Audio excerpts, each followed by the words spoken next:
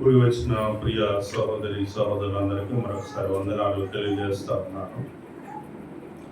నూతన సంవత్సరము 2024 జనవరి నెలలో నూతన సంవత్సరము కొరకైనటువంటి ఒక వర్తమానాన్ని మీకు అందించాలని అనుకున్నాను. కానీ ఆ రోజు మనం ఒక గెస్ట్ స్పీకర్ని మనం పిలుచుకున్నాము. ప్రసన్న కుమార్ బ్రదర్ మనం పిలుచుకున్నాం. ప్రసన్న కుమార్ బ్రదర్ మనకు వాక్యాన్ని అందించారు. ఆయన వ్యక్తిగత జీవితంలో నుంచి ఎన్నో ఉదాహరణలుగా ఇంకా చెప్పాలంటే ఆయన అనుభవాల్లో నుంచి విషయాలు చాలా చెప్పారనేటువంటి విషయాన్ని తెలుసుకున్నాం. ఇదిన మనము దేవుని యొక్క వాక్య భాగంలో నుంచి కీర్తనల గ్రంథము 90వ అధ్యాయంని మనం ఈరోజు ధ్యానం చేసుకుందాం. కీర్తనల గ్రంథం 90వ అధ్యాయం.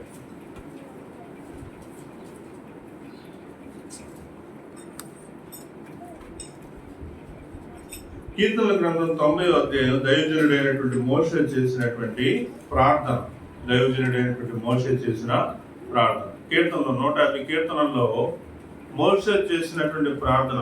దాదాపుగా చాలా తక్కువ కీర్తనలు మాత్రమే మోషేకి సంబంధించిన కీర్తనలు ఉండే. వాటిలో అతి పురాతనమైన కీర్తన ఏంటి అంటే ఇదే. అర్థమైందా? ఆ కీర్తనల గ్రంథంలో రాయబడినటువంటి కీర్తనల్లో అతి పురాతనమైనటువంటి కీర్తనగా చెప్పుకోదగినటువంటి కీర్తన ఏంటంటే ఈ 90వ కీర్తన అన్నమాట. అంటే దైవజనుడైనటువంటి మోషే చేసినటువంటి ప్రార్థనని మనము ఈ యొక్క ఆరాధనలో మనము నేర్చుకోబోతా ఉన్నాం. ఇక్కడ మనము ఈ 90వ కీర్తనలో అంటే మోషే రాసినటువంటి పరిస్థితి ఏంటి, మనం చదువుకుంటున్నటువంటి విషయం ఏంటి అనే దానిని మనం ఆలోచిస్తే, మోషే ఐగుప్తులో నుంచి ఇశ్రాయేల్ ప్రజల్ని ఐగుప్తులో నుంచి బయటికి తీసుకొచ్చిన తర్వాత దేవుడి వాగ్దాన దేశంలోనికి వాళ్ళని తీసుకెళ్లేటువంటి క్రమంలో 40 సంవత్సరాలు వాళ్ళు ఆయా పట్టణాలు, దేశాలు, అరణ్యాలు గుండా వాళ్ళు ప్రయాణం చేశారు. ఆ ప్రయాణం చేయడానికి కారణం ఏంటి అంటే వాళ్ళు దేవునిని విసికించారు. వాళ్ళు దేవుని ఏం చేశారు? విసికించారు. దేవుణ్ణి అనుమానించారు, లేదా దేవుని నామాన్ని ప్రశ్నించారు. ప్రశ్నించడమే కాదు, దేవుని యొక్క విధానాలను వాళ్ళు అడ్డుకున్నటువంటి వారుగా కనిపిస్తూ ఉన్నారు. అరణ్యంలోకి వెళ్తే ఇక్కడ మాకు నీళ్లు లేవని, మాకు ఐగుప్తు దేశంలో ఉండేటువంటి ఆహారాలు అక్కడ ఉండేటువంటి గుర్తొస్తున్నాయని, మాకు మాంసం కావాలని, మాకు అని ఈ విధంగా వాళ్ళు మోషేని, దేవుని నామాన్ని వాళ్ళు ప్రశ్నిస్తూ, అంటే దేవుని యొక్క నామాన్ని నమ్మలేనంత స్థితిలోకి వాళ్ళు వెళ్ళినటువంటి పరిస్థితులు చూస్తూ వచ్చాం. అప్పుడు వాళ్ళని బట్టి దైవజనుడైనటువంటి మోషే చేసినటువంటి ఈ ప్రార్థనని ఈ దినము ఈ ఆరాధనలో మనము నేర్చుకుందాం. చిన్న ప్రార్థన చేద్దాం. ప్రేమ కలిగిన తండ్రి, కృప కలిగిన దేవా, నమ్మకమైన ప్రభువా యేసయ్యా, మీకు వందనాలు, స్తుతులు, స్తోత్రాలు. చదువుతున్న ఈ వచన భాగాలు మాకు అర్థమయ్యేటట్టుగా, ఈ వాక్యాల చేత మేము తీర్మానింపబడేటట్టుగా మీ కృప చూపమని కోరుతూ ఉన్నాం. ప్రభువా నాయన, నూతన సంవత్సరంలో నూతన వాగ్దానాలతోటి మేము ముందుకెళ్ళేటువంటి క్రమంలో నీ యొక్క లేఖన భాగాలతోటి, లేదా లేఖన భాగాల వలన మేము ప్రభువా నాయన దీవింపబడినట్లుగా సహాయం చేయమని కోరుతూ ఉన్నాం. మీ యొక్క ఆత్మ నడిపింపు చేత మీరు నడిపించమని కోరుతూ ఉన్నాం. నా సహజమైనటువంటి మాటల వలన ఉపయోగం ఏమీ లేదు, కానీ కేవలం మీ యొక్క ఆత్మ నడిపింపు వలన మాట్లాడే ప్రతి మాట నేను వినుచున్నటువంటి వారికి ఆశీర్వాదకరంగా ఉంటుంది కనుక నీ మాటలే నేను వచించుటకు నా నోటిని మీరు వాడుకోమని కోరుతూ ఉన్నాం. వాక్యం వింటున్న ప్రతి ఒక్కరికి ప్రభువా మీ కృప చూపమని కోరుతూ ఉన్నాం. సమస్త మహిమ ఘనత ప్రభువా మీకు ఆరోపిస్తూ యేసునామమున ప్రార్థిస్తున్నాను తండ్రి, ఆమేన్. ప్రియులారా, ఇక్కడ మనం ఈ అధ్యాయాన్ని 3 భాగాలుగా ఆలోచించాలి. ఈ అధ్యాయాన్ని మనం ఎలా ఆలోచించాలి? 3 భాగాలుగా మనం ఆలోచించాలి. మొదటి భాగం ఏంటంటే దేవుని స్థితి, దేవుని యొక్క స్థితి ఏంటి? మొదటి భాగంలో ఏం కనిపిస్తుందంటే దేవుని యొక్క స్థితి. రెండవ భాగంలో ఏం కనిపిస్తుందంటే మనిషి యొక్క స్థితి. మూడవ భాగం ఏంటంటే దేవుణ్ణి మనం వేడుకోదగినటువంటి విషయాలు. 2024 సంవత్సరము ఈ నెలలో మనము మొదటి ఆదివారంలో దేవుని సన్నిధిలో ఉన్నాం కాబట్టి ఈ 2024 సంవత్సరము ఆశీర్వాదకరంగా ఉండినట్లుగా దేవుని యొక్క చిత్తము, దేవుని యొక్క విధానము, దేవుని యొక్క పద్ధతి, దేవుడు మనకిచ్చిన వాగ్దానాన్ని అనుసరించి దేవుడు చేయబోతున్నటువంటి కార్యాలు మన జీవితంలో నెరవేరాలి అంటే మనం ఏం చేయాలి అనేటువంటి విషయాన్ని మనం ఆలోచించుకోవాల్సిన వారిగా ఉంటూ ఉన్నాం. చూడండి. ప్రభువా, తరతరముల నుండి మాకు నివాస స్థలము నీవే. ఇక్కడ తరతరముల నుండి ఏ తరము? మనం ఏ తరంలో ఉన్నాం? మన తరం ఏంటి? మన పూర్వీకుల తరం ఏంటి? అంతకు ముందున్నటువంటి తరం ఏంటి? ఈ విధంగా తరము వెంబడి తరము మనం గమనిస్తూ ఉంటే మనము ఈ యొక్క ఆధునిక యుగంలో మనం జీవిస్తూ ఉన్నాము. అయితే మన పూర్వీకులైనటువంటి వారు జీవించారు. ఆ మన పూర్వీకులైనటువంటి వారికి దేవుడు ఎవరు? అంతకు ముందున్నటువంటి ప్రజలకు దేవుడు ఎవరు? ఈ సృష్టి ఆరంభం నుంచి దేవుడు ఎవరుగా ఉన్నారు? అదే దేవుడిని మనం పూజిస్తూ ఉన్నాం. కాబట్టి తరతరముల నుంచి ఉన్నటువంటి దేవుడు ప్రభువా, తరతరముల నుండి మాకు నివాస స్థలము నీవే. మన యొక్క నివాస స్థలములలో దేవుడే ఉంటూ ఉన్నాడు. తర్వాత పర్వతములు పుట్టక మునుపు భూమిని లోకమును నీవు పుట్టింపక మునుపు యుగయుగములు నీవే దేవుడవు. కాబట్టి మనం ఇక్కడ చూస్తా ఉన్నాము, తరతరముల నుంచి ఉన్నటువంటి దేవుడు పర్వతాలు, భూమి, లోకము ఇలాంటి ఏ పుట్టక మునుపు లేదా ఆయన పుట్టింపక మునిపే దేవుడు ఉన్నాడు. మనం సామెతల గ్రంథంలో ఇంకా క్లియర్గా చదవచ్చు. పర్వతములు పుట్టక మునిపే నేను ఉన్నాను. దేవుడు రవ్వంతయు కూడా భూమిని చెయ్యక మునిపే నేను ఉన్నాను అని చెప్పబడినటువంటి దేవుడు ఆయన యుగయుగములకు ముందుగానే ఉన్నాడు కదా.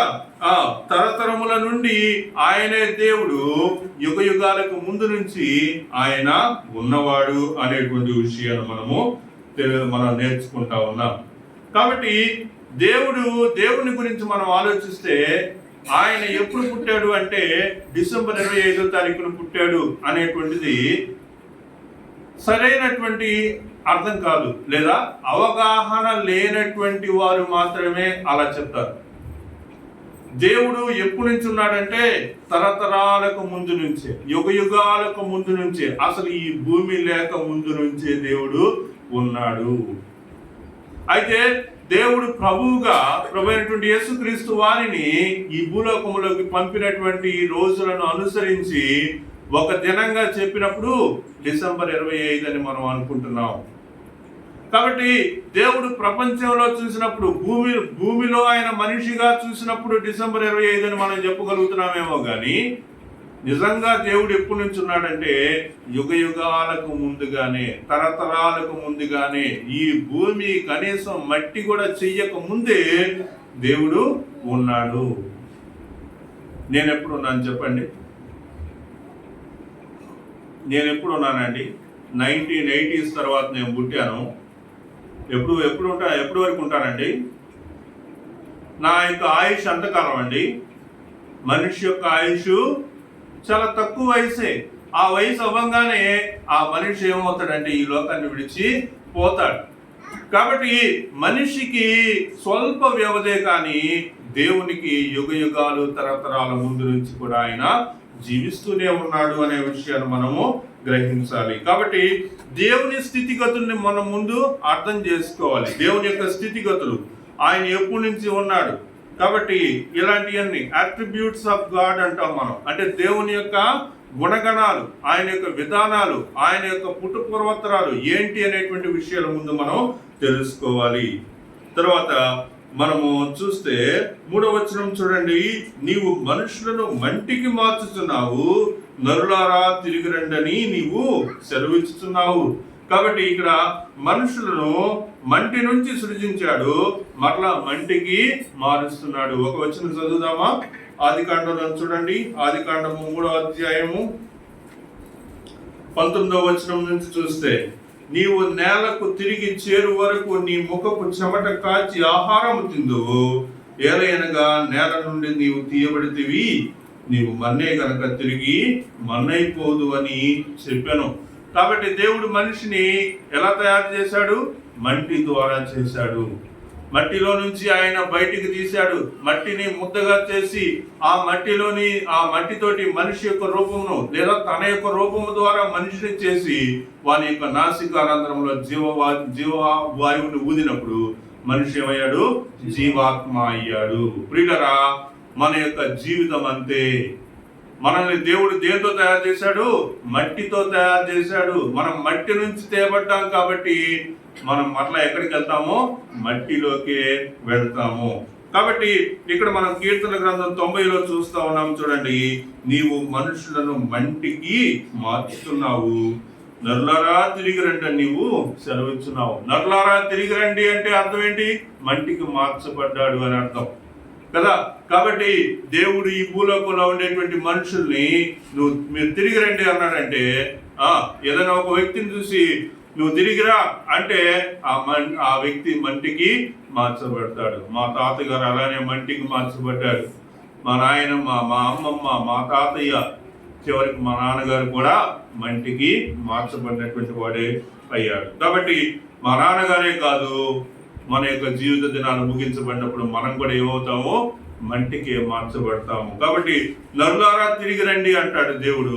అప్పుడు ఈ జీవితాన్ని మనము ముగించుకుంటాము. తర్వాత చూడండి, నీ 4వ వచనం, నీ దృష్టికి 1000 సంవత్సరములు గతించిన నిన్నటి వలె ఉన్నవి, రాత్రి అందలి ఒక జాము వలె ఉన్నవి. కాబట్టి మనం చూస్తా ఉన్నాం, దేవుని యొక్క గడియారాన్ని చూస్తా ఉన్నాం. మన యొక్క గడియారంలో 24 గంటలు ఉంటాయి కదా.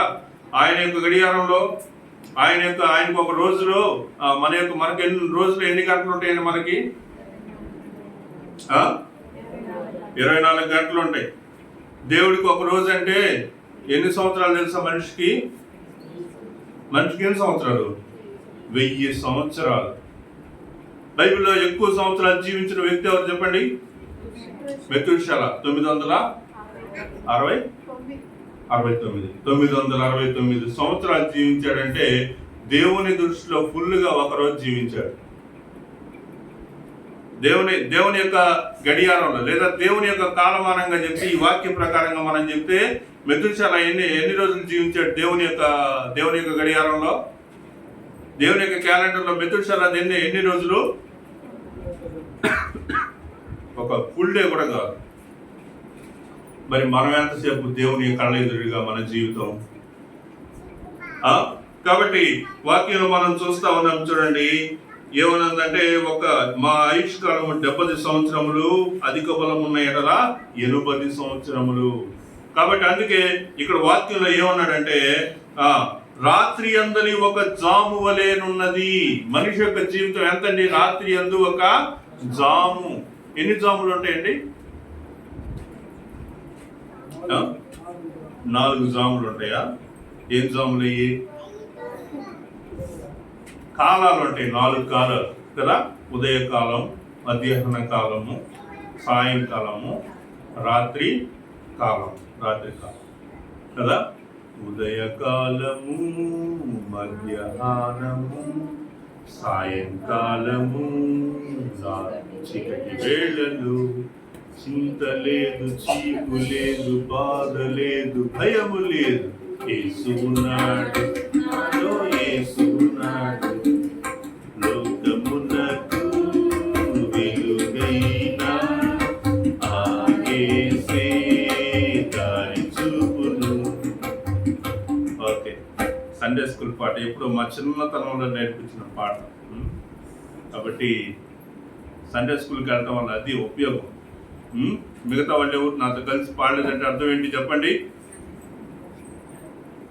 చెప్పండి ఏంటి?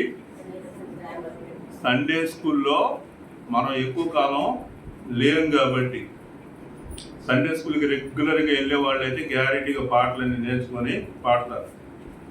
కానీ నిజానికి ఈ పాట నేను ఎక్కడ నేర్చుకున్నానంటే, ఈ చర్చి కూడా పెట్టక ముందు కొన్ని రోజులు మేము బేతేల్ చర్చికి పోయాం స్టార్టింగ్లో. అప్పుడు నేర్పించారు, ఆ సండే స్కూల్ రిట్రీట్లో నేర్పించారు ఆ పాట. కాబట్టి ఇక్కడ మనం చూస్తా ఉన్నాం చూడండి. చెప్తే వాళ్ళ కాలాన్ని బట్టి చెప్తే 5,000 సంవత్సరాలు ఇప్పుడు అంతే. అంటే ఆ యొక్క 5 రోజులు, ఇదొక 2 రోజులు, ఎంత 7 రోజులు. ఇప్పుడు ఎక్కడ ఉన్నాం? 8వ రోజులో ఉన్నాం. దేవుడి క్యాలెండర్లో మనం ఎక్కడ ఉన్నాం? 8వ రోజులో ఉన్నాం.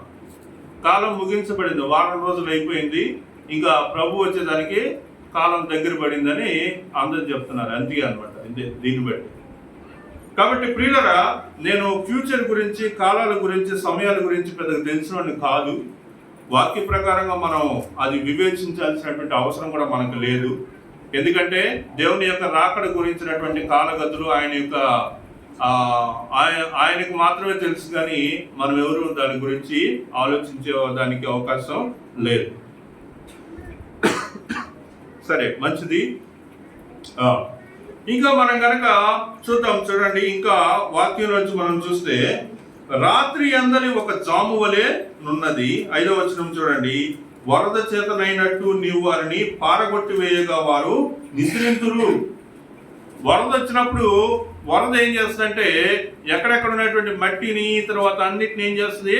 లాగేసుకొని వెళ్తుంది. ఏం చేస్తుంది? లాగేసుకొని వెళ్ళిపోతా ఉంటుంది. మన యొక్క జీవితం కూడా అంతే, మన యొక్క జీవితం కూడా అంతే అని మనం తెలుసుకోవాలి. తర్వాత చూడండి, ప్రొద్దున వారు పచ్చగడ్డి వలె చిగురింతురు. 6వ వచనం చూస్తా ఉన్నాం.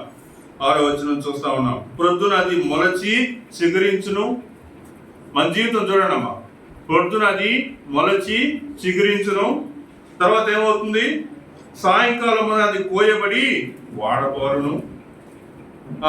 కాబట్టి మన యొక్క జీవితం ఏంటంటే, పొద్దున మొలచి సాయంత్రం వాడిపోయేటువంటి జీవితము, అంతే. మెతుషల జీవితం అయితే ఉదయం పుట్టి సాయంత్రానికి అంతమయ్యేటువంటి పుష్పం, ఒక అడవి గడ్డి పువ్వు జీవితం మెతుషలదైతే. మనది ఎప్పుడు వాడిపోతామా? ఆయన 900 ఏళ్ళు, మనం 100 లోపలే కదా. ఇప్పుడు వరకు జీవిస్తున్న వాళ్ళ యొక్క జీవితాలు ఎన్ని సంవత్సరాలు? 100 సంవత్సరాల లోపలే జీవితాలు. కాబట్టి చాలా తక్కువ సమయం మాత్రమే. ఇంకొక చోట అయితే మన యొక్క జీవితము ఎంత ప్రాయం అంటే నీటి బుడగ ప్రాయం. ఎంత ప్రాయము? నీటి బుడగ ప్రాయం. నీటి బుడగ, దేవుని ఎదురుగా ఒక నీటి బుడగ ఎంతసేపు కనిపిస్తుంది? అంతే. మనిషి యొక్క జీవితం అనేది అంతే. తర్వాత మనం చూస్తా ఉన్నాం చూడండి, 7వ వచనం. నీ కోపము వలన మేము క్షీణించుతున్నాము, నీ ఉగ్రతను బట్టి దిగులు పడుతున్నాము. నీ కోపమును బట్టి క్షీణించుతున్నాము. మీరు క్షీణిస్తున్నారా? యాక్టివ్గా ఉన్నారా? ఏమా మీలో క్షీణత అనేది కనిపిస్తుందా? క్షీణత కంటే నేను ఒక రోగాన్ని గుర్తు చేస్తా. క్షయ. ఏంటిది? క్షయం అంటే ఏంటి? అందరు ఎవరు క్షయ అని పేరు పెట్టుకోరు. అందరు ఏం పెట్టుకుంటున్నారు? అక్షయ అని పెట్టుకుంటున్నారు. అక్షయ అంటే క్షయం అవ్వనటువంటిది. క్షయం అవ్వటం అంటే ఏంటి? ఇప్పుడు ఇనుప మొక్కను తీసుకొచ్చి బయట పెట్టారనుకోండి, కొంతకాలానికి ఏమవుతుందంటే దాని మీద తుప్పు ఏర్పడింది. కొంతకాలానికి ఏమైంది? తుప్పు దేని వల్ల వచ్చింది చెప్పండి? ఆక్సిడేషన్ చర్య జరగటం వలన తుప్పు ఏర్పడుతుంది. ఈ ఆక్సిడేషన్ చర్య జరిగి తుప్పు ఏర్పడి చిన్నగా అదేమవుతుందంటే దానిలో ఉన్నటువంటి బలం అంతా పోయి అది రస్ట్గా అయిపోతుంది అన్నమాట. క్షయం అయిపోవటం అంటే అది. కాబట్టి చాలా మంది ఏం చేస్తారంటే అలా తుప్పు పట్టకుండా ఉండడం కోసం ఆ ఇనుప దానికి ఏం చేస్తారంటే పైన రకరకాలైనటువంటి రంగులు పూస్తారు. ఆ రంగులు ఎందుకు పూస్తారంటే ఆ తుప్పు అనేటువంటిది పట్టకుండా, తర్వాత ఆ ఇనుము అనేటువంటిది ఎక్కువ కాలం వచ్చేదానికోసం దానికి ఆ విధంగా కేర్ తీసుకుంటారు. కాబట్టి ఇక్కడ మనం చూసినటువంటి మాట ఏంటంటే, నీ కోపం వల్ల మేము క్షీణిస్తున్నాం. మనం క్షీణిస్తున్నామంటే దానికి కారణం ఏంటి చెప్పండి? దేవుని యొక్క కోపం, దేవుని యొక్క కోపం వలన. తర్వాత రెండోది ఏంటి? నీ ఉగ్రతను బట్టి మేము దిగులు పడుతున్నాం. మీరు దిగులు పడుతున్నారమ్మా? ఎప్పుడన్నా మీకు దిగులు అనిపించిందా? మీరు ఎవరైనా ఒక వ్యక్తిని చూడంగానే ఈ విషయం చెప్తారు కదా, ఏమంటారు చెప్పండి? ఏంది ఇంత డల్లుగా ఉన్నావు, ఏమైంది నీకు అంటారు. డల్లుగా ఉన్నామని ఎక్కడ తెలిసింది? ముఖాన్ని చూసినప్పుడు, ఆ ముఖం చూసినప్పుడు ఆ ముఖంలో కాంతి కళ లేకపోవటమే ఏంటిది? దిగులుకి కారణం. దిగులు పడేటువంటి వాడు చాలా డల్లుగా ఉంటారు, ముఖంలో కళ లేకుండా ఉంటారు. అలా ఉన్నారా? అలా ఉంటే దాని అర్థం ఏంటో తెలుసా? దానికి ఏదో ఒక కారణం అనేటువంటి చెప్పొచ్చు, కానీ నీ ఉగ్రతను బట్టి దిగులు పడుతున్నాము. ఇక్కడ రెండు విషయాలు మనకు కనిపిస్తున్నాయి: దేవుని కోపము, దేవుని యొక్క ఉగ్రత. దేవుని యొక్క కోపము, దేవుని యొక్క ఉగ్రత. కాబట్టి చూడండి, మనం 2023 సంవత్సరంలో ఆయన యొక్క కోపానికి, ఆయన యొక్క ఉగ్రతకు గురైనటువంటి వారమై ఉన్నట్లయితే మన యొక్క జీవితంలో ఏముందంటే క్షీణత, మన యొక్క జీవితంలో ఏముందంటే దిగులు అనేటువంటిది ఉంది. క్షీణత, దిగులు అనేటువంటి ఈ రెండు మన యొక్క జీవితంలో ఉంటూ ఉన్నాయి. ఈ క్షీణత, దిగులు అనేటువంటిది మన జీవితంలోనికి రాకుండా ఉండాలి అంటే మనం ఏం చేయాలంటే దేవునికి కోపం పుట్టించకుండా, ఆయనకు ఉగ్రతకు మనము గురి కాకుండా ఉండాలి. నేను చెప్పింది వెరీ సింపుల్, చిన్న రివర్స్ చెప్పాను అంత. ఏం చెప్తున్నాను? క్షీణత, దిగులు అనేటువంటిది మన జీవితంలో లేకుండా ఉండాలి అంటే మనం ఏం చేయకూడదు? దేవునికి కోపం పుట్టించకూడదు, దేవుని యొక్క ఉగ్రతకు గురి కాకూడదు. మరి దేవుని యొక్క ఉగ్రత ఎవరి మీద నిలుస్తుంది? దేవుని యొక్క కోపము ఎవరి మీద నిలుస్తుంది? వాక్యంలోంచి మనం గమనిస్తే ఈ రెండు విషయాలకి మనం చాలా కారణాలు మనము చూడొచ్చు అన్నమాట. కాబట్టి పొద్దున చిగురించి సాయంకాలానికి వాడబడేటువంటి, కోయబడేటువంటి మన యొక్క జీవితము, దేవుని కోపం మనకేమవుతుందంటే క్షీణత కలిగిస్తుంది, ఆయన ఉగ్రత మనకు దిగులు పుట్టిస్తుంది. ఇదంతా ఏంటంటే దేవుని యొక్క విధానాలు మనం చూస్తూ ఉన్నాం. మొదట, దేవుడు అనాది కాలం నుంచి ఉన్నవాడు, ఆయనకు స్టార్టింగ్ ఎండింగ్ అనేటువంటిది లేదు. ఈ భూలోకంలో మన జీవితానికి సమయం ఉంది. మనిషి బతికితే, ఇక్కడ మనం వాక్యంలో చూసినప్పుడు మనిషి 70 సంవత్సరాలు 80 సంవత్సరాలు బ్రతుకుతాడు. ఇక బలం ఉంటే 100 సంవత్సరాల వరకైనా బతుకుతాడు. కానీ దేవుని యొక్క లెక్క ప్రకారంగా చూస్తే బైబిల్లో అత్యధికంగా జీవించినటువంటి వాళ్ళు కూడా 1000 సంవత్సరాలు జీవించలేదు. ఒక సంపూర్ణమైనటువంటి జీవితాన్ని ఒక్కడు కూడా లేదు. అందుకే దేవుడు మనకేమి ఇవ్వబోతున్నాడంటే 1000 ఏండ్ల పరిపాలనలో ఆయన మనకి భాగం ఇవ్వబోతున్నాడు. 1000 ఏండ్ల పరిపాలన అనేటువంటిది ఏంటంటే ఒక సంపూర్ణమైనటువంటి కాలం. ఆ సంపూర్ణమైనటువంటి కాలం మనం జీవించాలి అనేటువంటిది ఆయన యొక్క కోరిక, ఆయన యొక్క గురి అయి ఉన్నది, దేవుని యొక్క గురి. అయితే దానిలో ఉండేటువంటి వాళ్ళు ఎంతమంది? ఆయన యొక్క 1000 ఏండ్ల పరిపాలనలో మనం జీవించాలి అనేటువంటిది మన యొక్క కోరిక అయి ఉండాలి. చాలా మంది ఏం చెప్తున్నారంటే ఇప్పుడే 1000 ఏండ్ల పరిపాలన నడుస్తుంది, 1000 ఏండ్ల పరిపాలనలోనే మనం ఉన్నాము, ఈ 1000 ఏండ్ల పరిపాలన కృపాకాలం అని కూడా అంటున్నారని చాలా మంది అంటున్నారు. కానే కాదండి, 1000 ఏండ్ల పరిపాలన ఇంకా ప్రారంభించబడలేదు, 1000 ఏండ్ల పరిపాలన ఇంకా స్టార్ట్ అవ్వలేదు. సరే, ఇప్పుడు మనిషి యొక్క స్థితిని మనం చూద్దాం. దేవుని యొక్క స్థితి చూసాం కదా, ఇప్పుడు మనిషి యొక్క స్థితిని మనం చూద్దాం. 8వ వచనం నుంచి చూడండి. మా దోషములు నీవు నీ ఎదుట ఉంచుకొని ఉన్నావు. మనిషి యొక్క జీవితంలో ఏం కనిపిస్తున్నాయి చెప్పండి? మనిషి యొక్క జీవితంలో దోషాలు కనిపిస్తున్నాయి. ఇప్పుడు నేను దోషిని, ఇదిగో మా మైటీ ఉన్నాడు, మైటీ కూడా దోషి. ఊరికి అనుకోండి, ఉదాహరణకు చెప్తున్నాను. నాకు మైటీ ఎట్లా కనిపిస్తున్నాడంటే నిర్దోషిగా కనిపిస్తున్నాడు. మైటీకి నేను ఎట్లా కనిపిస్తున్నానంటే నిర్దోషిగానే కనిపిస్తున్నాను.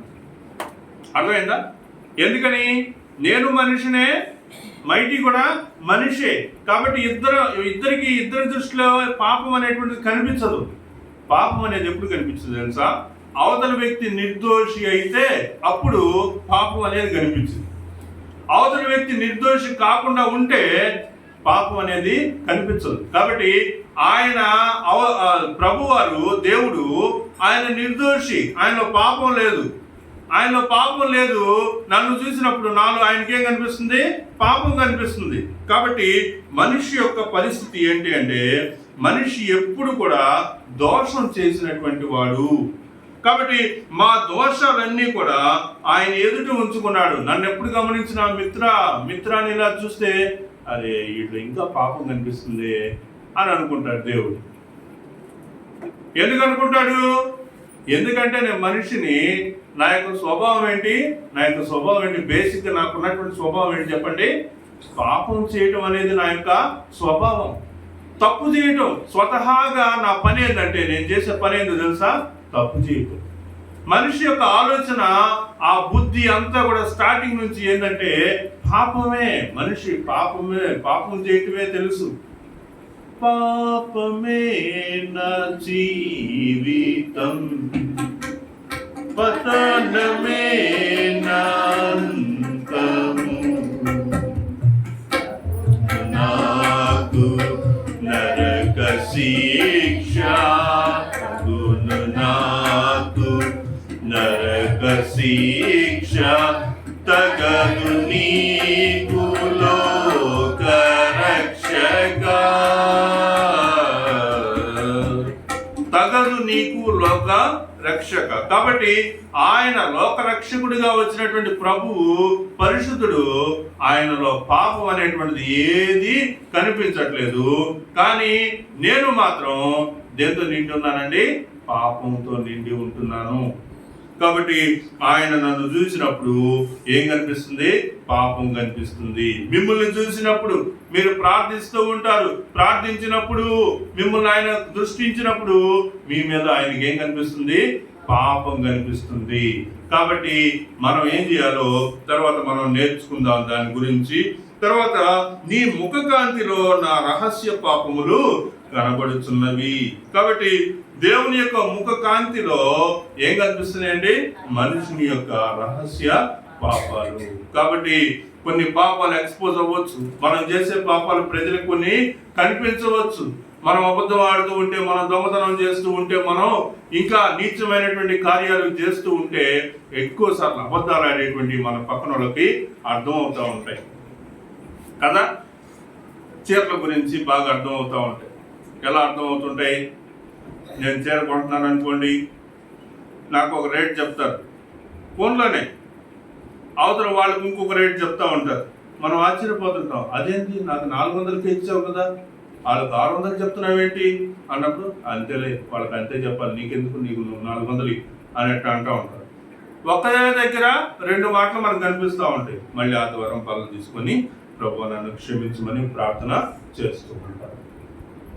కాబట్టి మనిషి యొక్క జీవితం అంతే, మనిషి యొక్క పరిస్థితులు అలానే ఉంటాయి. ఎందుకంటే మనిషి ప్రారంభం నుంచే పాపి. ఆయన యొక్క దేవుని యొక్క దృష్టిలో మనిషి ఎలా కనిపిస్తున్నాడో దోషం చేసిన వాడిగా. దేవుని యొక్క ముఖకాంతిని అలా చూస్తూ ఉంటే ఆ ముఖకాంతిలో ఏం కనిపిస్తుందండి? రహస్య పాపాలు. బయటికి తెలిసి కొన్ని అయితే తెలియనటువంటి రహస్య పాపాలు చాలా ఉంటాయి. ఈ మధ్య మనిషికి బయట పాపాలు పెద్ద కనిపించట్లా, రహస్య పాపాలు ఎక్కువ కనిపిస్తూ ఉన్నాయి. కాబట్టి మనిషి ఎదురుగా వాటిని కనిపించకుండా దాచుకోగలడేమో కానీ దేవుని దృష్టిలో ఆయన దృష్టిలో మనం దేన్ని కూడా మరి హైడ్ చేసి దాగి ఉంచలేము. ఇంకా ఏముందండి మనిషి యొక్క పరిస్థితి ఎలా ఉందో చూద్దాం. చూడండి, నీ ఉగ్రతను భరించుచునే మా దినములని గడిపితిమి. మా దినాలన్నీ మేము ఎట్ట గడుపుతున్నామండి? మా దినాలన్నీ మేము చూస్తే ఎట్టున్నాయి చెప్పండి? మా దినాలన్నీ ఎలా ఉన్నాయి చెప్పండి? నిట్టూర్పులు విడిచేటువంటి జీవితం. మన యొక్క జీవితం ఎలా ఉంది? నిట్టూర్పు. ప్రతిసారి జీవితంలో ఏ యాంగిల్లో చూసినా, ఎటువైపు నుంచి చూసినా నీ జీవితాన్ని పరిశీలించుకుంటే దాంట్లో ఏం కనిపిస్తుంది? నిట్టూర్పే. నిట్టూర్పు అంటే ఎట్లుంటుందమ్మా? ఎలా ఉన్నావమ్మా, బాగున్నావా అంటే ఏం బాగుంటుందన్నా నా జీవితం. అడక్కడక్క నన్నే అడిగేవన్నా ఈ మాట, నన్ను అడగాల్సింది. నా పరిస్థితి నీకు తెలీదా? నా బతుకంతా ఇంతే కదన్నా. ఇది నిట్టూర్పు. కాబట్టి జీవితాంతం ఏం కనిపిస్తుందంటే నిట్టూర్పే కనిపిస్తా ఉంది. ఎందుకు నిట్టూర్పు కనిపిస్తుందో తెలుసుకోవచ్చా? ఎందుకు నిట్టూర్పు అంటే మన యొక్క దోషాలను బట్టి, మన యొక్క రహస్య పాపాలను బట్టి నిట్టూర్పు అనేటువంటిది మనకి కనిపిస్తా ఉంది. మనం ముందు చదివాము చూడండి.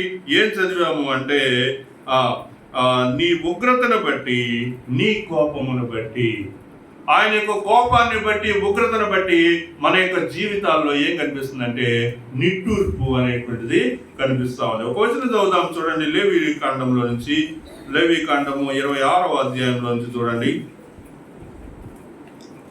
14 నుంచి చూద్దాం చూడండి. 2 వచనాలు చదువుదాం. మీరు నా మాట వినక, నా ఆజ్ఞలన్నిటినీ అనుసరింపక, నా కట్టడలను నిరాకరించిన ఎడలను, నా ఆజ్ఞలన్నిటినీ అనుసరింపక, నా నిబంధనను మీరునట్లు మీరు నా తీర్పుల విషయమై అసహించుకొనిన ఎడలను, నేను మీకు చేయునదేమనగా మీ కన్నులను క్షీణింపజేయనట్టు, ప్రాణమును ఆయాసపరుచునట్టు, తర్వాత తాప జ్వరమును, క్షయ రోగమును మీ మీదకి రప్పించదను. కాబట్టి ఇక్కడ మనం చూస్తున్న రోగాలు, మనం చూస్తున్నటువంటి ఈ పరిస్థితులన్నీ దేన్ని బట్టి అండి? మాట వినకపోవటం వలన, ఆజ్ఞలను అనుసరించకపోవటం వలన, కట్టడలను నిరాకరించటం వలన. కాబట్టి వీటి వలన దేవుడికి మన మీద ఏం కలుగుతుంది అంటే, కోపము, ఉగ్రత కలుగుతుంది. ఆయనకి కోపము, ఉగ్రత కలిగినప్పుడు మన పరిస్థితులు ఎలా మారుతాయండి? ఎలా మారుతాయి? నిట్టూర్పులు కదా, ఉగ్రత, నిట్టూర్పులు విడిచినట్టు మా జీవితము జరుపుకొందుము.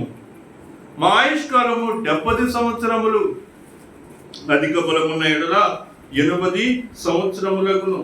కాబట్టి మన యొక్క పరిస్థితులు ఎందుకు ఇలా మారినాయి? 2023 వరకు గతించిపోయింది. 2023 వరకు మన యొక్క జీవితాన్ని మనం పరిశీలించుకుంటే అర్థం కాని పరిస్థితుల్లో మనం జీవిస్తూ ఉన్నాం. మన యొక్క పరిస్థితులు ఎలా ఉన్నాయి చెప్పండి? నిట్టూర్పు విడిచినటువంటి పరిస్థితులే మనకి ఇక్కడ కనిపిస్తూ ఉన్నాయి. కాబట్టి ఈ జీవితం అనేటువంటిది 70 సంవత్సరాలు, 80 సంవత్సరాలు అయితే చాలా మంది అన్ని సంవత్సరాలు కూడా జీవించలేకపోతున్నారు. గత కొన్ని దినాలుగా మనం చూస్తే కూడా చాలా మంది యవనస్తులు చనిపోయారు. అఖిల్ మాత్రమే కాదు, గందరగొండలో కూడా 2-3 చనిపోయారు. ఎటు చూసినా ఫ్లెక్సీ బోర్డులు కనిపిస్తూ ఉన్నాయి.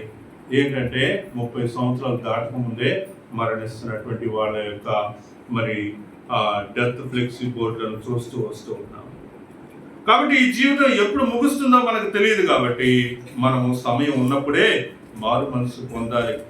రక్షణ పొందినటువంటి అనుభవం అనేటువంటిది మనలోకి రావాలి అనేటువంటిది మనం వాక్య ప్రకారంగా చూస్తా ఉన్నాం. ఒకసారి చూడండి, రోమిలికి రాసిన పత్రిక 2వ అధ్యాయము 4-5 వచనాలు చూద్దాం.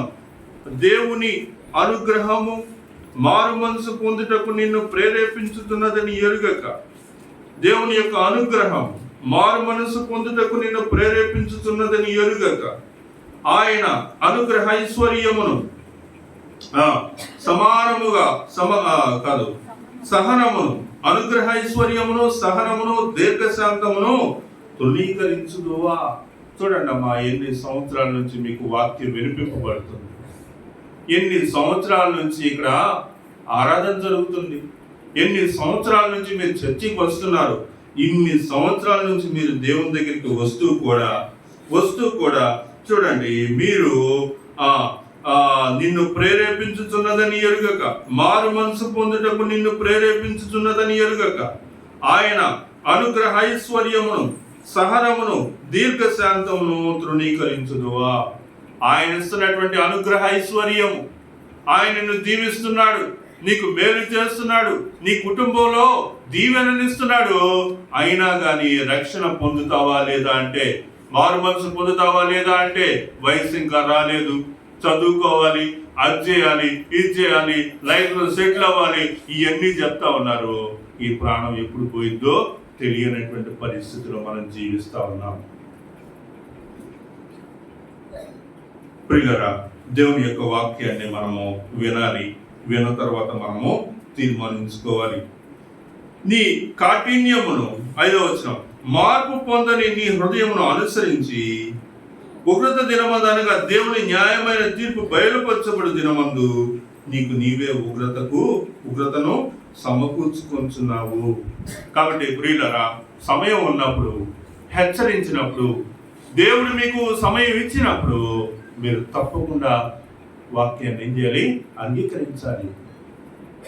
అంతేగాని ఆయన ఇచ్చినటువంటి టైంను కూడా మీరు వదులుకుంటూ ఇంకా నాకు ఛాన్స్ కావాలి, ఇంకా నాకు అది కావాలి, ఇది కావాలంటే ఎప్పుడు మనం ఈ లోకాన్ని విడిచిపోతామో తెలియదు. అరే, వీళ్ళకి నేను టైం ఇస్తున్నాను కానీ వీళ్ళు ఏం మారు మనసు పొందట్లేదు, నరులారా తిరిగి రండి ఆయన ఒక్క మాట అన్నాడంటే ఆ తర్వాత నుంచి ఆ మనిషి కనిపించడు. కాబట్టి మనిషి యొక్క స్థితిని నేను మీకు తెలియపరుస్తా ఉన్నాను. దేవుని యొక్క స్థితులు చెప్పాను, మనిషి యొక్క పరిస్థితిని నేను మీకు తెలియజేస్తా ఉన్నాను. చూడండి, ఆ 10వ వచనం మనం చూస్తా ఉన్నాం. 90వ కీర్తన 10వ వచనము, అయినను వాటి వైభవము ఆయాసమే దుఃఖమే. దేవుడు మనకిచ్చినటువంటి జీవితము ఎలా నడుస్తుంది? మన యొక్క జీవితం అంటే అప్పుల సమస్యలోనే నడుస్తుంది. అప్పు తీసుకున్నావు, అప్పు తీరుస్తున్నావు, అప్పు తీర్చే ముందు మళ్ళీ ఏం చేస్తున్నావు? ఇంకొక అప్పు తీసుకుంటున్నావు, అది తీరుస్తున్నావు. జీవితాంతం దేంతో నడుస్తుంది చెప్పండి? మన జీవితం దేంతో నడుస్తుంది చెప్పండి? దేంతో జరుగుతుంది? అప్పులు తీర్చుకోవడానికి బతుకుతున్నారు చాలా మంది. ఎందుకు బతుకుతున్నామంటే, ఎందుకు బతుకుతున్నారు? ఇంతకుముందు దేనికోసం బతికారు? ఇంతకుముందు వాళ్ళ పిల్లల్ని పెంచుకోవటం కోసం, ఇల్లు కట్టుకోవటం కోసం, మంచి కారో వెహికల్ కొనుక్కోవటం కోసం, పిల్లల్ని చదివించుకోవటం కోసం అని అనుకున్నారు. అప్పు తీసుకున్నారు. అప్పు తీసుకొని ఇప్పుడు ఏం చేస్తున్నారు? పిల్లలు చదువు ఎట్టయితే మాకెందుకు, అప్పులు తీర్చుకోవాలి. ముందు ఏం చేయాలి? అప్పులు తీర్చుకోవాలి. అప్పులు తీర్చుకోవడం కోసమే రకరకాల పనులు మనం చేస్తా ఉన్నాం. దాన్ని ఇక్కడ ఏమన్నాడంటే వాటి యొక్క వైభవము ఆయాసమే దుఃఖమే. పైన మనం చూస్తా ఉన్నాం, నిట్టూర్పులు విడుచుతూ మా యొక్క జీవితము జరుపుకుందాము. ఏంది? ఎందుకు నిట్టూర్పు అంటే అప్పు తీర్చుకోవడానికి నిట్టూర్పు. కొంతమంది వ్యాధిగ్రస్తులు అవుతా ఉన్నారు. వాళ్ళు ఎందుకు బతుకుతున్నారంటే హాస్పిటల్లో ట్రీట్మెంట్ తీసుకోవడానికి 24 గంటలు ఎక్కడ ఉంటున్నారు? జీవితంలో ఎక్కువ ఏం సంభవిస్తున్నాయి? అపాయకరమైనటువంటి సంభవాలే జరుగుతూ ఉన్నాయి. వాటితోనే జీవితం అనేటువంటిది ఎల్లబుచ్చుకుంటా ఉన్నారు, ఎంతో బాధపడతా ఉన్నారు. అయితే వాళ్ళు మనిషి యొక్క స్థితి ఏంటి అనేది ఇంతవరకు గ్రహించట్లేదు. ఎందుకు ఈ రోగాలు వస్తున్నాయి? ఎందుకు ఈ అప్పుల బాధల్లో ఉన్నాము? ఎందుకు మన యొక్క పరిస్థితులు ఇలా మారిపోతున్నాయి అనేటువంటిది మనం ఆలోచించుకుంటున్నాము కానీ దాని యొక్క అర్థాన్ని గ్రహించట్లేదు. ఏంటి దాని యొక్క అర్థం? మనిషి యొక్క స్థితి దేవుని యొక్క దృష్టికి వ్యతిరేకంగా ఉంది కనుక, మనిషి యొక్క ఆలోచన దేవుని యొక్క పనులకు వ్యతిరేకంగా ఉంది కనుక, మనిషి యొక్క తీర్పు, మనిషి యొక్క ఆలోచన, మనిషి యొక్క ప్రవర్తన, మనిషి చేసేటువంటి పనులు ఆయన దృష్టికి విరుద్ధంగా ఉంది కనుక, ఆయన కోపం పుట్టిస్తుంది కనుక, ఆయన యొక్క ఉగ్రతను బట్టి దిగులు పడుతూ ఉన్నాము. మన యొక్క పరిస్థితులన్నీ కూడా వ్యతిరేక దిశలో ఉన్నాయి. కాబట్టి వాక్యం ద్వారా మనం హెచ్చరింపబడుతూ ఉన్నప్పుడు ఏం చేయాలండి? తీర్మానించుకోవాలి. దేవుడికి బాగా నచ్చే విషయాలు ఏంటంటే తీర్మానాలు.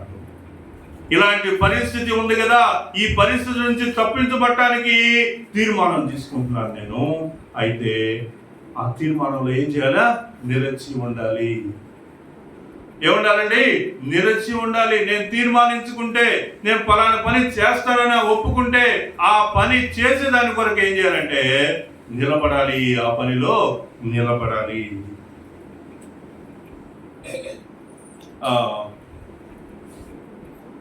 మంచిది. నేను ఒక మాట చదవాలని అనుకున్నాను, ఇప్పుడే గుర్తొచ్చింది. అదేంటంటే 5 తలాంతులు, 4 తలాంతులు, 2 తలాంతులు ఇచ్చినటువంటి వాళ్ళు ఏదో ఒక మాట నేను చదివాను, అది చెప్పాలనుకున్నాను. సరే, మంచిది. చూడండి, సమయం అయిపోతా ఉంది, మనకి ఇచ్చినటువంటి సమయము. నీ యొక్క ఆగ్రహ బలం ఎంతో ఎవరికి తెలియను, నీకు చెందవలసినటువంటి భయము పుట్టు నీ క్రోధము ఎంతో ఎవరికి తెలియను. కాబట్టి నీ యొక్క ఆగ్రహ బలము, దేవుడి యొక్క కోపం అనేటువంటిది, దేవునికి కోపం వస్తే దాన్ని మనం ఎలా అర్థం చేసుకోగలుగుతాము? మనిషి దాన్ని యోచించలేడు, మనిషి దాన్ని తట్టుకోలేడు అనేటువంటి విషయాన్ని మనం చూస్తా ఉన్నాం. ఒక్కసారి కనుక మనం చూస్తే చూడండి, ఆయన యొక్క తీర్పు అనేటువంటిది ఎంత భయంకరంగా ఉంటుంది. ఆయన యొక్క స్థితిగతులు, ఆయన గనక తీర్పు తీర్చాలి అని అనుకుంటే అది ఎంత భయంకరంగా ఉంటుందో మనం ఒక మాటలో చదువుదాం. చూడండి, తెస్సలోనికైయులకు రాసిన 2వ పత్రిక 1వ అధ్యాయం 6 నుంచి మనం చూస్తే, ప్రభు అయిన యేసు తన ప్రభావమును కనపరుచు దూతలతో కూడా పరలోకము నుండి అగ్ని జ్వాలలలో ప్రత్యక్షమై దేవుని నెరుగని వారికి, మన ప్రభు అయిన యేసు సువార్తకు లోబడిన వారికి ప్రతిదండన చేయనప్పుడు మిమ్మల్ని శ్రమ పడుతూ వారికి శ్రమ పొందుతున్న మీకు మాతో కూడా విశ్రాంతి అనుగ్రహించుట దేవునికి న్యాయమే. కాబట్టి ఆ శ్రమ పొందినటువంటి వారు, అంగీకరించినటువంటి వారు అనేటువంటి ఒక తేడాని మనం ఇక్కడ చూస్తా ఉన్నాం. ప్రకటన గ్రంథం 16వ అధ్యాయం మీరు నిదానంగా చదవండి. తర్వాత ఇక్కడ మనం చూస్తా ఉన్నప్పుడు ఈ యొక్క 16వ అధ్యాయంలో దేవుని కోపముతో నిండిన ఆ 7 పాత్రలను భూమి మీద కుమ్మరించుడని ఆలయములో నుండి గొప్ప స్వరము ఆ 7 దేవదూతలతో చెప్పగా వింటిని. కాబట్టి ఈ యొక్క 16వ అధ్యాయాన్ని చూస్తే ఆయన యొక్క తీవ్రత, ఆయన యొక్క కోపము, ఆయన యొక్క ఆగ్రహ బలం అనేటువంటిది ఏంటో మనము అర్థం చేసుకోగలుగుతాం. మరి దేవుడు ఇంత కఠినాత్ముడా? దేవుడు ఆయనను అంగీకరించకుండా ఉంటే, లేదా ఆయన వాక్యం తెలియనటువంటి వాళ్ళు చాలా మంది ఉంటారు కదా, ఆయన యొక్క ప్రేమను సరిగా అర్థం చేసుకునే వాళ్ళు ఉంటారు కదా, దేవుని యొక్క వాక్యాన్ని సరిగా విననటువంటి వారు ఉంటారు కదా. అలాంటి వారికి దేవుడు అవకాశం ఇవ్వడా అంటే తప్పకుండా అవకాశాన్ని ఇస్తాడు, తీర్మానించుకుంటే. ఎప్పుడు అవకాశం ఇస్తాడు? నీవు మార్పు చెందడానికి నిర్ణయించుకుంటే. ఎప్పుడు అవకాశం ఇస్తాడు? ఆయన నువ్వు నిజంగా ఈ పని నేను చేస్తానని కమిట్మెంట్ తీసుకున్నప్పుడు, ఒప్పుకున్నప్పుడు. ప్రభువా నిజమే, నా స్థితిగతులు ఇలానే ఉన్నాయి, 2023 వరకు నా పరిస్థితులన్నీ ఇలానే ఉన్నాయి, నేను గతించిన సంవత్సరంలో అలానే ఉన్నాను, ఈ సంవత్సరం కూడా నాకు అలానే ఉంటుంది. ఎందుకని ఉంటుంది? ఎందుకంటే నా స్థితిగతులు అలానే ఉన్నాయి కాబట్టి. అయితే నేను ఇప్పుడు తీర్మానించుకుంటున్నాను, ప్రభువా 2024వ సంవత్సరమును నేను ఆశీర్వాదకరంగా చూడాలనుకుంటున్నాను, నా కుటుంబం అంతా కూడా రక్షింపబడినటువంటి స్థితి చూడాలనుకుంటున్నాను, ప్రభు నా కుటుంబంలో నెమ్మది చూడాలనుకుంటున్నాను, నా కుటుంబంలో నేను ఆశీర్వాదం చూడాలనుకుంటున్నాను అనుకుంటే, చూడండి 12వ వచనం నుంచి మనం చేయవలసినటువంటి పనులను క్లుప్తంగా చెప్పి ముగిస్తాం. చూడండి, మాకు ఏం చేయాలని అడగాలండి? జ్ఞాన హృదయం కలుగునట్లుగా చేయుము. మీరు ప్రార్థన చేసే ప్రతిసారి ఏం అడగాలో తెలుసా? ప్రభువుని ఏం అడగాలో తెలుసా? ప్రభువా మాకు జ్ఞాన హృదయాన్ని దయచేయి. జ్ఞాన హృదయం లేకపోవడం వలన మనం పరిస్థితుల్ని అంచనా వేయలేకపోతున్నాం. ఏం జరుగుతుంది, ఏం జరగబోతుంది అనేటువంటి విషయాన్ని మనం అర్థం చేసుకోలేకపోతా ఉన్నాం. మా దినములు లెక్కించడం మాకు నేర్పుము. మీ దినాలను మీరు లెక్కించే వాళ్ళగా ఉండాలి. కొంతమంది అనుకుంటారు, నాకున్న దినాలను నేను లెక్క పెట్టుకుంటే నా సావు నాకు దగ్గరికి వచ్చిందని అనుకుంటారు. సావు దగ్గరికి వచ్చే దానికోసం కాదండి లెక్క పెట్టుకోమంటుంది, గతించిపోయినటువంటి దినాలను ప్రశ్నించుకోవటానికి. 2023 వరకు గతించిపోయింది కదా, అంతవరకు నీ జీవితాన్ని నువ్వు ప్రశ్నించుకున్నావా? ప్రశ్నించుకున్నప్పుడు గతించిపోయినటువంటి దినాలను పరీక్షించుకున్నావా? యవ్వన జీవితంలో ఏం చేసావు? బాల్య జీవితంలో ఏం చేసావు? అప్పుడు దేవుని సన్నిధికి రెగ్యులర్గానే వచ్చావు కదా, మరి ఇప్పుడు ఎందుకు రాలేకపోతున్నావు? అప్పుడు బాగానే దేవునికి కానుకలు ఇచ్చావు కదా, ఇప్పుడు ఎందుకు ఇవ్వలేకపోతున్నావు? అప్పుడు నువ్వు శ్రద్ధగా వాక్యం చదివావు కదా, ఇప్పుడు ఎందుకు చదవలేకపోతున్నావు? ఈ విషయాలన్నిటినీ మనం పునఃపరిశీలన చేసుకోవాలి. ఎందుకని ఇంత మార్పు వచ్చింది నాలో? ఎందుకు నేను దేవునికి ఎంత దూరం అయ్యాను? ఎందుకు నా పరిస్థితులు ఇలా మారిపోయినాయి అని నువ్వేం చేయాలి? ప్రశ్నించుకోవాలి, ఆలోచించుకోవాలి. దేవుడు అలా ఆలోచించుకొని తీర్మానం చేసుకునేటువంటి వాళ్ళు, తీర్మానింపబడి దాని కొరకు ప్రయాసపడేటువంటి వాళ్ళని దేవుడు వదలడు. దేవుడు తీర్మానం తీసుకున్నావా, నీ తీర్మానం 4 రోజులే కదా ఉండేది, తర్వాత మళ్ళీ నువ్వు నార్మల్గా నీ లోకంలో పడిపోతావు కదా, మరి నీకెందుకు నేను అవకాశం ఇవ్వాలని అనుకోడు. నీ యొక్క తీర్మానం నిలబడినంత కాలం. ఒకవేళ నీ తీర్మానాన్ని నువ్వు నిలబెట్టుకోలేకపోతే దేవుడు నిన్ను వాక్యం ద్వారా హెచ్చరిస్తాడు, సంఘ కాపరి ద్వారా, సంఘ విశ్వాసం ద్వారా హెచ్చరిస్తాడు. నీకు మరలా ఆ పనిని నేను నిలబెడతాడు అనేటువంటి విషయాన్ని గుర్తుపెట్టుకో. మాకు జ్ఞాన హృదయం కలుగునట్లుగా చేయము. సండే స్కూల్ పరిచర్య చేయాలంటే జ్ఞాన హృదయం కావాలి. యవనస్తుల మీటింగ్ చేయాలంటే జ్ఞాన హృదయం కావాలి. నువ్వు చర్చిలో దేవుని యొక్క కార్యాలు ఏవి చేయాలన్నా, నీ కుటుంబ జీవితాన్ని నువ్వు సంరక్షించుకోవాలన్నా, నీ కుటుంబం నీ యొక్క అడుగుజాడలో, దేవుని యొక్క అడుగుజాడలో నడవాలి అంటే ఏముండాలండి? జ్ఞాన హృదయం కావాలి.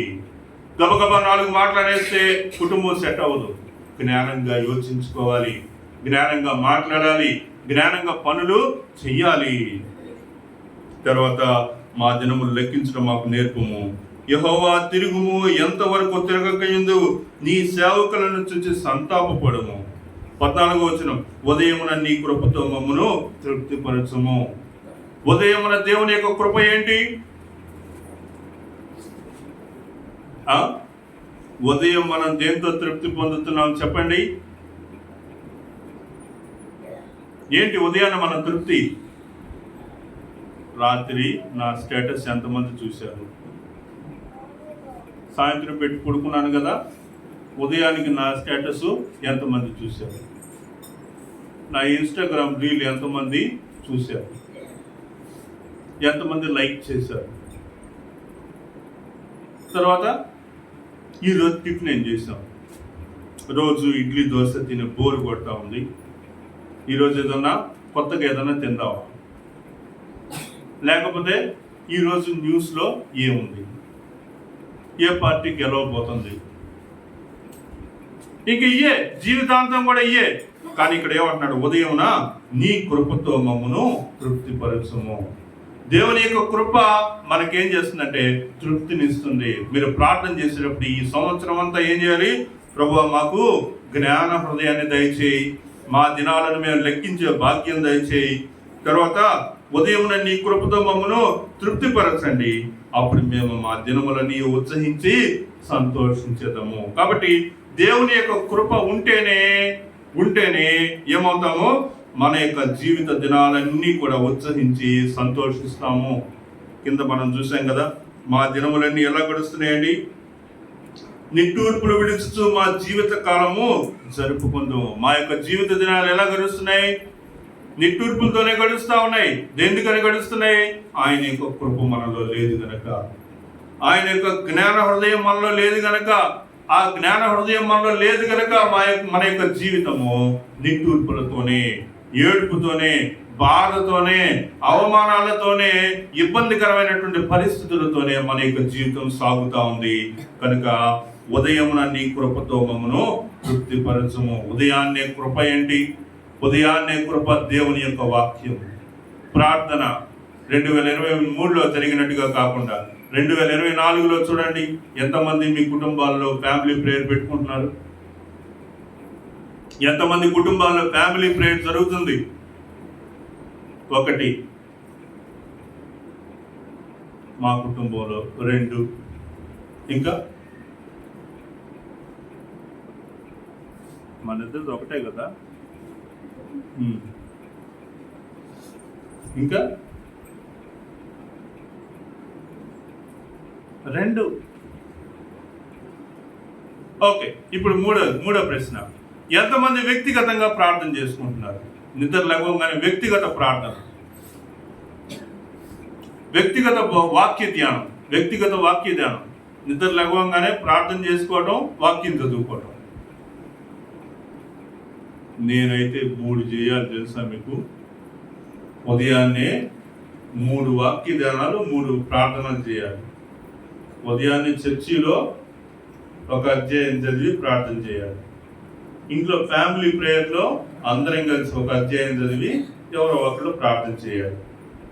ఇంకా పర్సనల్గా మరలా బైబిల్ నా వ్యక్తిగత భాగం, కొత్త నిబంధనలో ఒక 3 అధ్యాయాలు, పాత నిబంధనలో ఒక 3 అధ్యాయాలు, అది తెలుగు ఇంగ్లీష్లో మళ్ళీ చదువుకొని మళ్ళీ ప్రార్థన చేయాలి.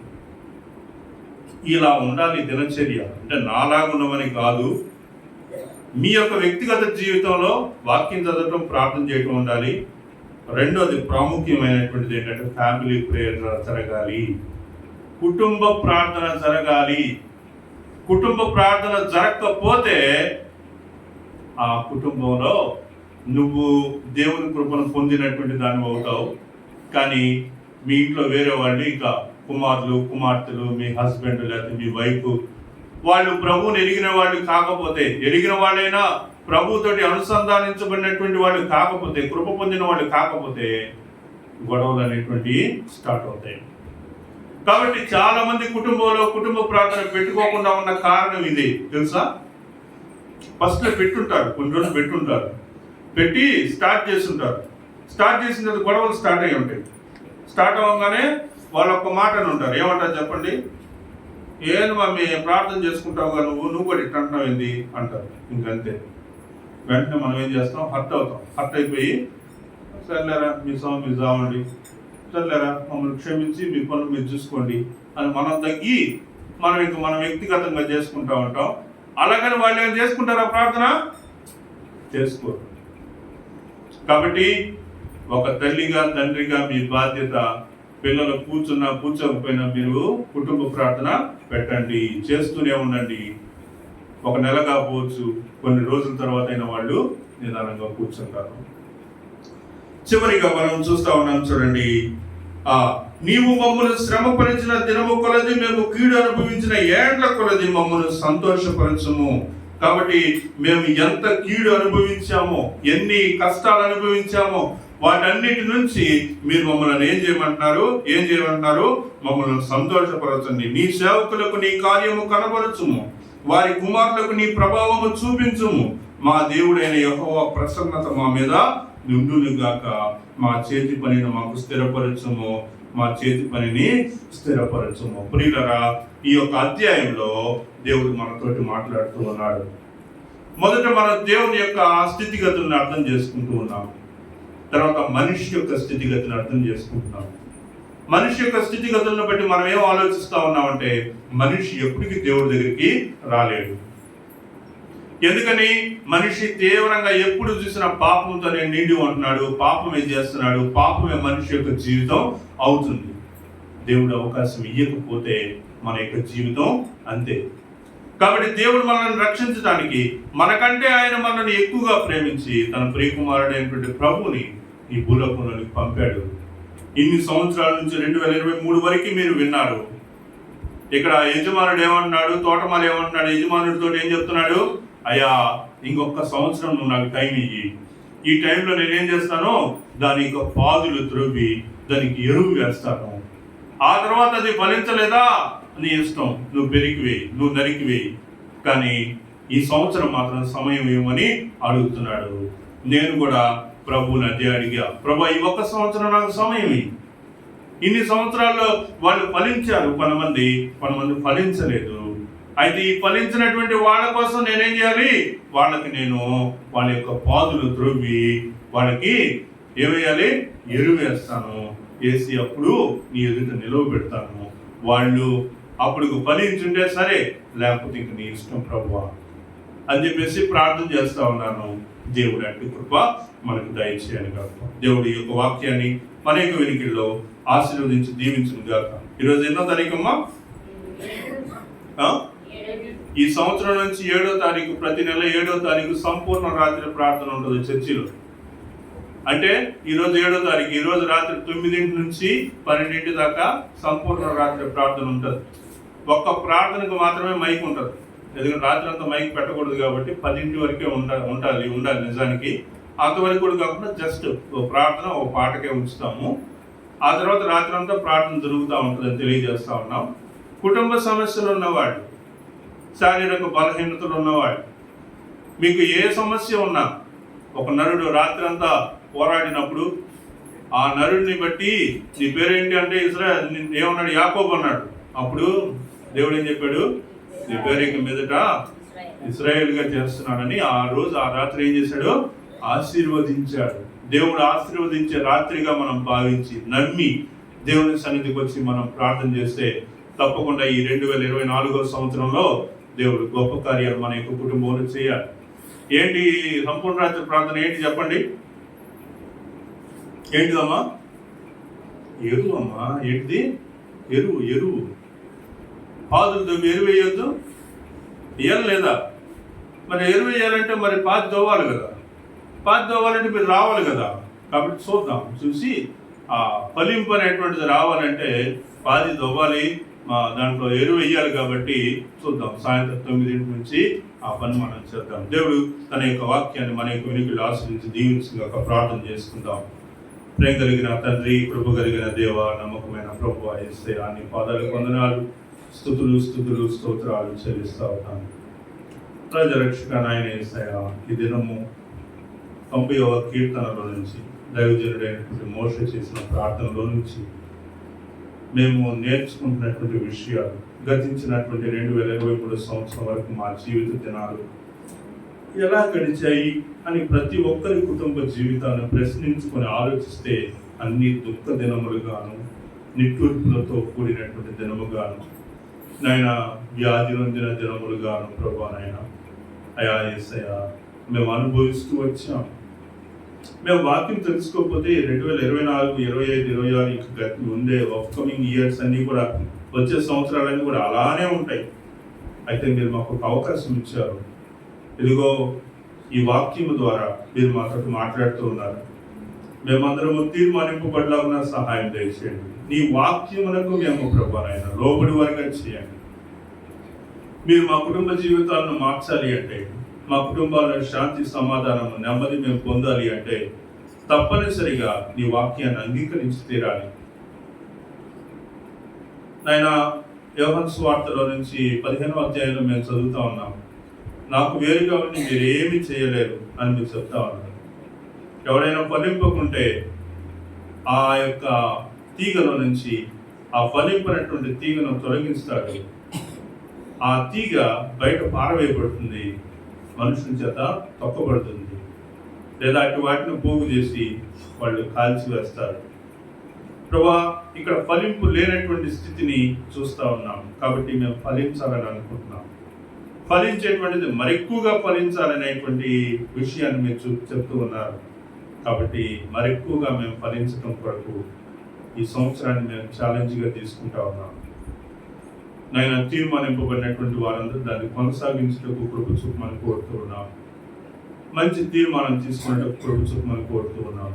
సాయంత్రం 4కి జరిగే యవనస్తుల కొడుకులో మీరు తోడుగా ఉండండి. రాత్రి 9 నుంచి ప్రారంభమయ్యే నేను ఫుల్ నైట్ ప్రేయర్లో కూడా, సంపూర్ణ రాత్రి ప్రార్థనలో కూడా మీరు మాకు తోడుగా ఉండమని కోరుతూ ఉన్నాం.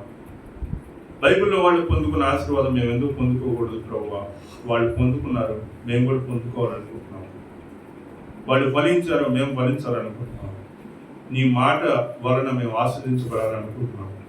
మీ కృప చూపమని కోరుతూ ఉన్నాం. నాయన, ఒక రాత్రి అంతా హాస్పిటల్లో కూర్చొని ఏడవటం కంటే ఒక రాత్రి అంతా నీ సన్నిధిలో కూర్చొని గోజాటం మేలు కదా. అలా ఆలోచించడానికి కృప చూపమని కోరుతూ ఉన్నాను. ప్రభా, ఈ యొక్క ఆదివారము, మొదటి ఆదివారం, సంవత్సరంలో మొదటి ఆదివారంలో మీరు దీవించి నాయన మాకు ఇచ్చిన వాక్యంకే వందనాలు. చేరి వచ్చిన ప్రతి ఒక్కరిని ఆశ్రయించి దీవించండి. వారి యొక్క కుటుంబంలో ఉన్నటువంటి శ్రమలు, శోధనలన్నింటినీ నీ నామం వలన, నీ నామం చేత నేను తొలగించుకునే వారిగా, అధిగమించు వారిగా చేయమని కోరుతూ ఉన్నాను. సమస్త మహిమ ఘనత ప్రభావం మీకు ఆరోపిస్తూ యేసు నామం పేరిట ప్రార్థిస్తున్నాను తండ్రి. ఆమేన్, ఆమేన్, ఆమేన్. మన తండ్రి అయిన దేవుని యొక్క ప్రేమ, ఆయన కుమారుడైన యేసుక్రీస్తు వారి కృప, పరిశుద్ధాత్మ దేవుని యొక్క అన్యోన్య సహవాసం ఈ దినము సంఘంలో చేరి వచ్చిన ప్రతి ఒక్కరికి ఇప్పుడు ఎల్లప్పుడూ సదాకాలంతో నడిపించిన గాక. ఆమేన్, ఆమేన్, ఆమేన్. అందరికీ వందనాలు.